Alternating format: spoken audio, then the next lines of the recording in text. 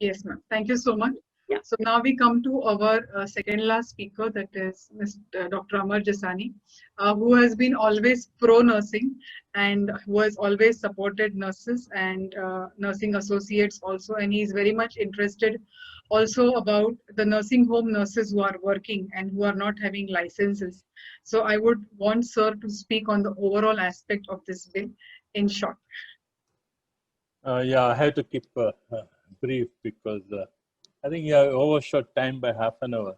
Yes. Thanks a lot. I think all speakers who spoke earlier, they all were from the nursing profession. So the last two, me and Inayat, are from outside nursing. I'm from medicine and Inayat is from law. So it's very difficult for people who are outside the profession to go into very details as you have gone into, you know. But I was very happy to listen to all the detailed comments on the bill, and I have learned quite a lot in 2 hours, 2.5 hours that I was sitting and listening to all of you. I have few major points, and they are broad points. If you think they are worth taking up, please have a look at them. I am not. First thing that that struck me from 2.5 hours listening was that why are we giving up on the council, and why do we want to have commission? I mean, is there a strong justification for scrapping the Indian Nursing Council, act at all? I think this I was not able to get from the discussion here. Or perhaps all of you have come to the conclusion that the nursing council as they existed were useless. And so, they should have gone. They should go. I have no problem if they go. I say this from my experience with the medical council and how the medical commission bill was brought. Government as well as many public intellectuals had created an opinion that the medical councils are controlled by highly corrupt people. You must have heard about massive stories about corruption for giving recognition to the private medical colleges, like Ketan Desai episode, where people were caught with crores of rupees in cash taken for bribe and that kind of stuff. What was very important was also that these were the council people, were also the leader of the medical association. I don't know how many of you are part of the nursing council or have been part of the nursing council at the state level and the central level. And how do you accept the fact that the council should be swept away and commission should come? So there is no defense of what existed. And historically, if you see the establishments of council was also a recognition by the society of an occupation being a profession.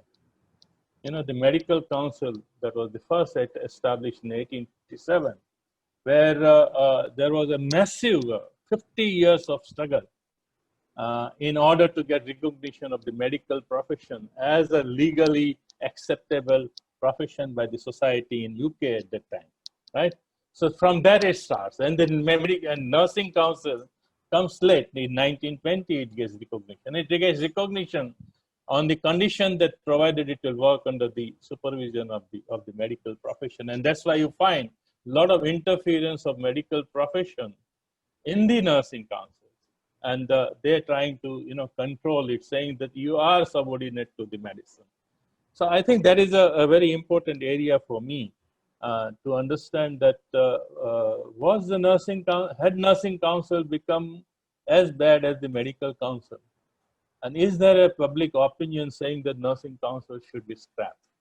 Was there no scope for amending Nursing Council Act in order to make it better than what it has been in the past?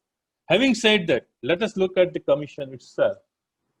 Now, the second question that I would like to raise is that I saw that most of you are really leader of the nursing profession.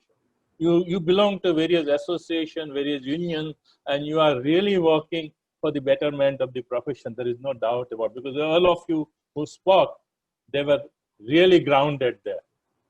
But the pity of the entire situation is that none of you said that, well, I was consulted by the government of India in drafting this nursing commission bill.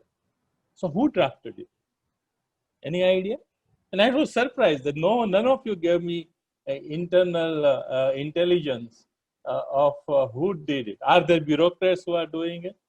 Are It they was need to nurses. be? It was No. a nurses. No, it was nurses who have drafted this. A very internal group. Yeah, and commission bill that the people who were very close to the current political establishment, they were taken in and asked to do this job. The same thing happened here. Yeah, so there's I mean, one of the reasons why there was not enough opposition from the medical profession was simply because large number of medical professionals support the current political regime. I don't know what is the situation in nursing. This to me is very important, because when you talk about lawmaking is a political process. And unless you go and lobby and fight, nothing is going to change. You and I think we need to take them on and create a pressure. They must speak out that they do not agree with what is there, and then they have support to you. So that was my second point. My third point is that when we talk about let me take up two smaller issues, because you were talking about why research is not there. I think why we haven't as a nursing leaders not raised the question that why there is no Indian Council of Nursing Research as there is Indian Council of Medical Research. And if Indian Council of Medical Research is supposed to do nursing research also, why there is no representation of nurses in the Indian Council of Medical Research? I think there's something that we need to take up. If we, I don't know whether you can create a vehicle for such. This issue has been. Yes, there is a separate budget for nursing research by the government, just as there is a separate budget for medical research and science research. There is no way you will be able to improve, because you will have to keep struggling for private, money for research. And the second is the whole issue of midwives. I think you have raised the right thing, and Jibil and other people, have made a very strong point that there should be a separate bill for the or act for the midwifery. I think this requires a big political campaign, and that political campaign, you will be able to successfully do it, not just as only as nurses, but it is the issue of women, in a reproductive health. Unless we draw women's organization and reproductive health NGOs to come and support this aspect, it will be very, very difficult. Right? That's why there are certain areas in this bill. In order to make changes in the bill, you may have to mobilize support from outside the nursing profession. Then it will have jointly it will have an impact. So you need to have a strategy that how are you going to get this bill amended. Otherwise, this government is well known for immediately passing the thing, because they have a brute majority in Lok Sabha, and they are able to manipulate Rajya Sabha very well, because most of the opposition parties do not give much thought to the idea of medicine and nursing. That's how the medical commission bill was passed, without any discussion, and then done. Same thing they will be doing here. So there is a big planning and strategy that is needed for midwifery, as I think it is a very important issue. And perhaps midwifery is not being taken up in a serious manner for two reasons. One is that there may be a lot of opposition, or they may be afraid of opposition from obstetric and gynecology association, because they become a kind of competing interest against them. And the second is a whole move toward institutionalization of deliveries and all, so that the community level work that ANMs and others were doing are gradually getting de-emphasized, and there is less political importance to given to them. So we have to take this context into consideration in designing our strategy, that how do we get our demand included in this. So this is another area that I thought will. And the last thing that I wanted to say was the point, expertise that I come from, that is the ethics. And normally ethics is not liked by the professional. Medical doctors don't like, and I'm sure if I say ethics to the nurses, they will not like, because there is something that is going to regulate them, right? It's a code of conduct of how you should be conducted. But there is another area which is very important, because the attribute of a profession, because all of you have been emphasizing that the nursing is a profession, requires that it is very independent. It has to have an autonomy and independence. It should have a good social status, right? And it should have its own code to govern it. These are the things that are very, very required. And what I was trying to look up, internet as well as other documents, that is there a good nursing code of ethics which can I mean, there is a small document that I read, and I know about it, but does it really operationalize in the code of ethics the independence that you are talking about?